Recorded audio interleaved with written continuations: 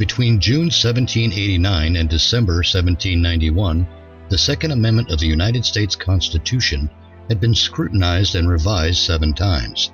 After 2.5 years and many hours of thoughtful debate, the Second Amendment, along with the rest of the Bill of Rights, was ratified by 3/4 of the existing 14 United States. This after the likely hundreds of hours of debate that took place before the Second Amendment was proposed. In later years, those states that voted against ratification reversed their positions and chose to ratify along with the rest. Which brings us to the Second Amendment in its current form, which reads, "A well-regulated militia, being necessary to the security of a free state, the right of the people to keep and bear arms shall not be infringed." We can see that the Second Amendment is meant to secure a free state. That seems pretty clear. Not a welfare state, not a socialist state, not a bureaucratic state, not a theocratic state, not an emotional state, and not a state of confusion. In fact, there's no cause for confusion here, as it is quite explicitly stated, the security of a free state. So we have to ask ourselves, what threatens the security of a free state? Having given the matter plenty of thought, I've been able to reduce the answer to a single word: tyranny. I find that everything that threatens the security of a free state is one form of tyranny or another. Let's examine what tyranny means. Dictionary.com provides 6 definitions for tyranny. 1. Arbitrary or unrestrained exercise of power, despotic abuse of authority. 2. The government or rule of a tyrant or absolute ruler. 3. A state ruled by a tyrant or absolute ruler. 4. Oppressive or unjustly severe government on the part of any ruler. 5. Undue severity or harshness. 6. A cruel or harsh act or proceeding. An arbitrary, oppressive, or tyrannical action. Most would agree that when a government enacts a law calling for the forced enslavement of a portion of the population based upon eye color, there is tyranny because it is an arbitrary and unrestrained exercise of power. However, it is also an arbitrary and unrestrained exercise of power when someone sees that your lawnmower is unattended and they decide to take it. This is also known as theft. Rape, murder, fraud, extortion, criminal conspiracy, these and other actual crimes are examples of tyranny that are not exclusive to government. They are threats to the security of a free state. My point is that tyranny exists and therefore threatens the security of a free state at all levels of human existence and interaction. So how does a citizen combat such tyrannies? Thanks to the Second Amendment, there are many tools with which the American citizen may do so. In fact, these tools are not limited to firearms exclusively, because the right of the people to keep and bear arms shall not be infringed. Fun fact, the word arms is not synonymous with firearms. It is in fact synonymous with weapons, though firearms are included.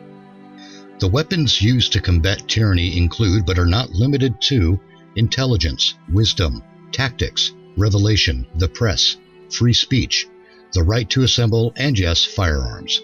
I could go on for quite a while, but let's face it, I'm long-winded as it is.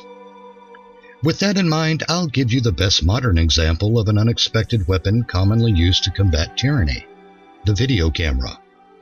Whether it's a security camera at a business, or an insurance investigator capturing video of a supposedly disabled person playing basketball, or even someone catching the police acting outside their limited authority on their cell phone. These are all examples of what I call combat by exposure. Let's face it, one way tyranny succeeds is when it is kept secret or done in the name of so-called greater good. Exposing the lies and the actions taken in secret reveals the tyrants for who and what they really are. Yes, there are times when one must shoot the bastard in question when no other options are available. It is, however, just as essential to the security of a free state that people keep their options open. That's why one person is armed with a Glock and another is armed with an iPhone, and still another is armed with a forum with which to express their ideas. In fact, I'd argue that the Second Amendment is what allows the American citizen to use any of their rights in such a manner. It allows the people to weaponize their rights and use them as arms to maintain the security of a free state. With that in mind, I present the following observation.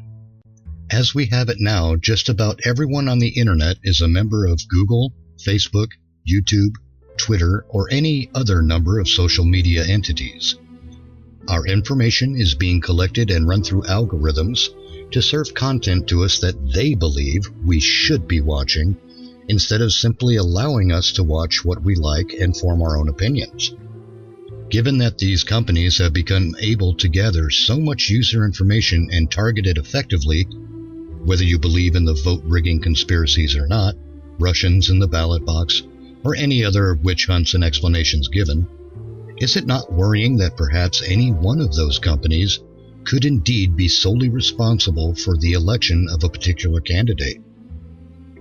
When we have tech companies that moderate the search results in favor of a political candidate, or manipulate their trending algorithm to favor known political allies, or implementing greater and greater restrictions upon common users based upon political ideology to the point of declaring said common users unworthy of access to monetization for their content, or false flagging and shadow banning, even outright banning, some users when no rules were broken, regardless of which side you're on politically, are you not concerned by the prospect of one, or very few, corporations deciding who ends up running the country? Would that still be a free state? Give that a moment to settle in and then reread the amendment. You may just come away with a new understanding and appreciation of the intent for which it was formulated all those years ago. Our founding fathers didn't know then the why or the wherefore of how it would come in useful to prevent our great nation from falling prey to the power-hungry and the tyrannical. But they knew that one day it would.